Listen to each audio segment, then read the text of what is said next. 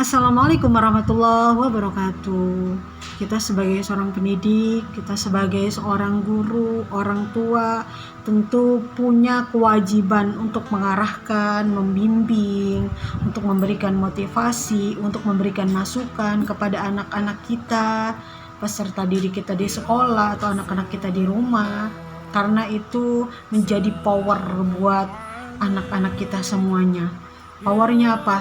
Mereka akan lebih termanage hidupnya, akan tertata gitu kan, dan akan mengerti arti sebuah pendidikan. Dan tentunya harus diberikan pemahaman, diberikan motivasi, diberikan pancingan supaya anak itu sadar, dan dia ketika sudah sadar dia akan menentukan tujuannya dia ketika belajar, ketika nanti dia pengen menjadi seorang dokter, dia akan betul-betul tahu kenapa saya harus jadi dokter, tujuan saya apa jadi dokter gitu kan. Jadi ketika anak itu memiliki keinginan, cita-cita yang sangat tinggi, itu akan lebih tertata gitu pada masa sekarangnya. Makanya kita jangan sampai sama dengan hewan. Kalau hewan gak punya cita-cita ya wajar, mereka hanya diberikan insting. Kalau kita manusia diberikan akal, bisa membedakan mana yang halal dan mana yang haram. Kalau misalkan masa depan itu urusan Allah gitu kan, ya betul, masa depan urusan Allah. Tapi ingat, kesuksesan itu harus dijemput mulai dari sekarang. Insya Allah gitu kan, kalau hari ininya kita menanam kebaikan, insya Allah Allah akan berikan kesuksesan di masa yang akan datang yang terbaik pula. Yang terpenting kita sekarang berbuat baik, beribadah yang benar, belajar yang benar, bersungguh-sungguh. Potensi yang kita miliki apa, itulah yang kita geluti. Tapi ingat, pelajaran agama itu wajib bagi setiap muslim, karena muslim kalau sudah mukallaf harus mengetahui mana halal, mana haram, mana wajib, mana mubah, mana sunnah, mana makruh, agar bisa menjalankan kehidupan ini stabil, bukan hanya di dunia saja, tapi di akhirat juga kita sukses. Karena di dunia mah hanya mampir, hanya nanam saja. Tapi perlu banget memiliki cita-cita, keinginan yang sangat besar, itu perlu membuat skema hidup kita, perlu, nggak apa-apa gitu kan. Bukan berarti kita menyalahi takdir.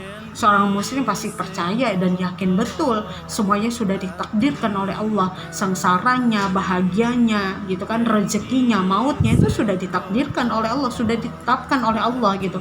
Tapi kita sebagai manusia harus ikhtiarnya secara maksimal, jangan setengah-setengah. Sukses itu harus dijemput, tidak boleh diam. Hidayah juga harus dijemput, kita nggak boleh diam. Melakukan pergerakan dengan cara apa? Dengan melaksanakan amal-amal yang sholih gitu kan, taat sama Allah, mengikuti program-program yang positif di lembaga atau di madrasah, taat sama orang tua, sama guru gitu kan. Selama mereka tidak mengajak kepada kemaksiatan dan dosa besar, sami'na wa ata'na gitu kan.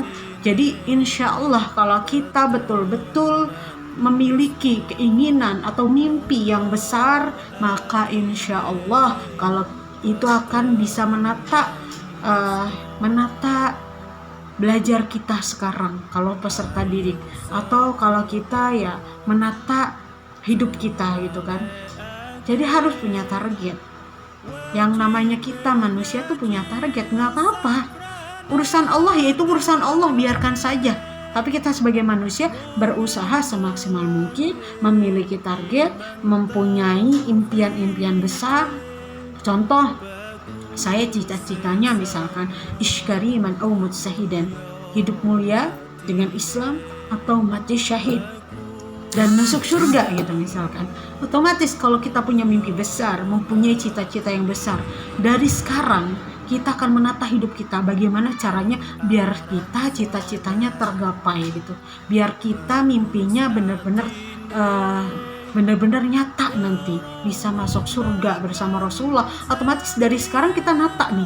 Berarti apa yang dilakukan oleh Rasulullah SAW kita ikuti, apa-apa yang dicintai Allah apa saja kita jalani, apa yang dibenci oleh Allah kita hindari. Kan itu jalan-jalannya. Jadi tertata gitu kalau kita mempunyai mimpi yang besar gitu.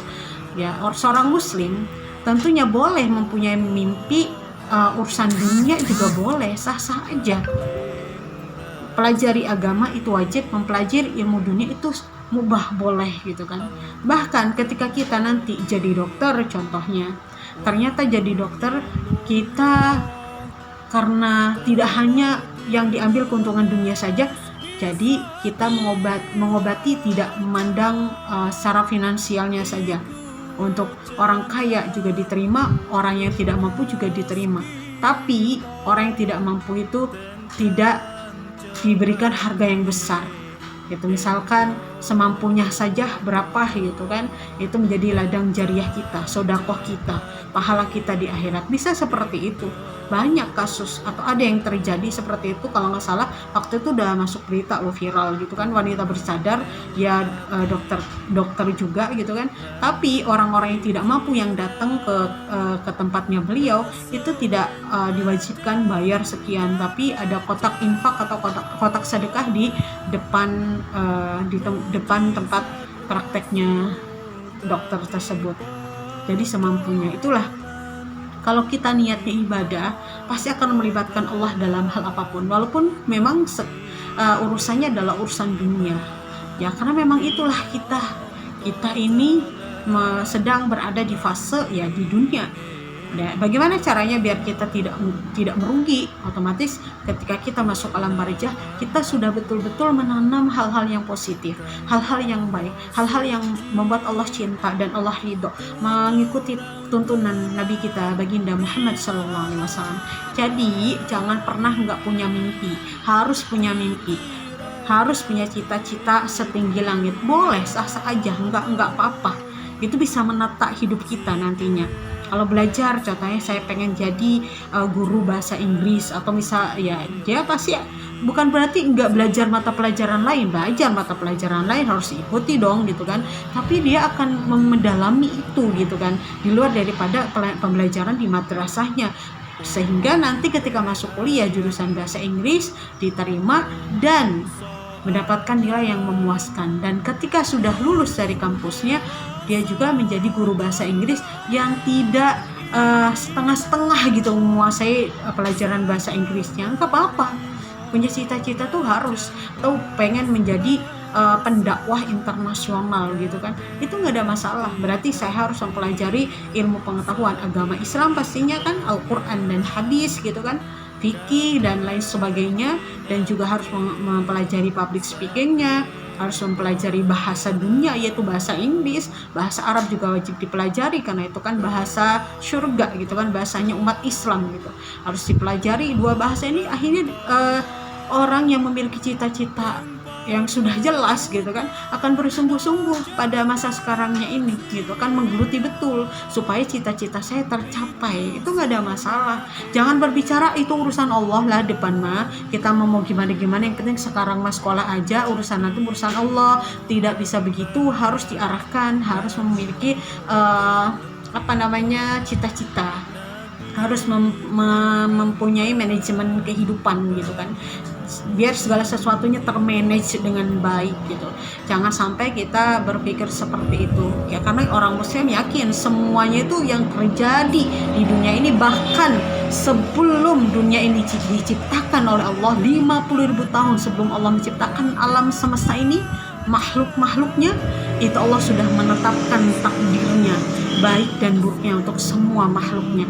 Jadi seorang muslim yakin dan percaya betul, tapi ikhtiar jangan setengah-setengah, harus betul-betul dimaksimalkan gitu, karena menceda wajada gitu kan. Dan Allah juga tidak akan merubah suatu kaum kalau kaum itu tidak mau merubah dirinya sendiri. Itu ayat Allah loh, itu udah jelas gitu kan. Jadi ya kita harus mempunyai cita-cita, mempunyai impian yang besar, untuk memotivasi diri kita agar semangat, agar bersungguh-sungguh dalam belajar atau dalam bekerja atau dalam berusaha gitu untuk menggapai impian kita, sukses tidak hanya di dunia tapi juga sukses di akhirat. Dan tentunya sukses itu harus dijemput, bukan didiemin saja. Tuh, terima kasih. Wassalamualaikum warahmatullahi wabarakatuh.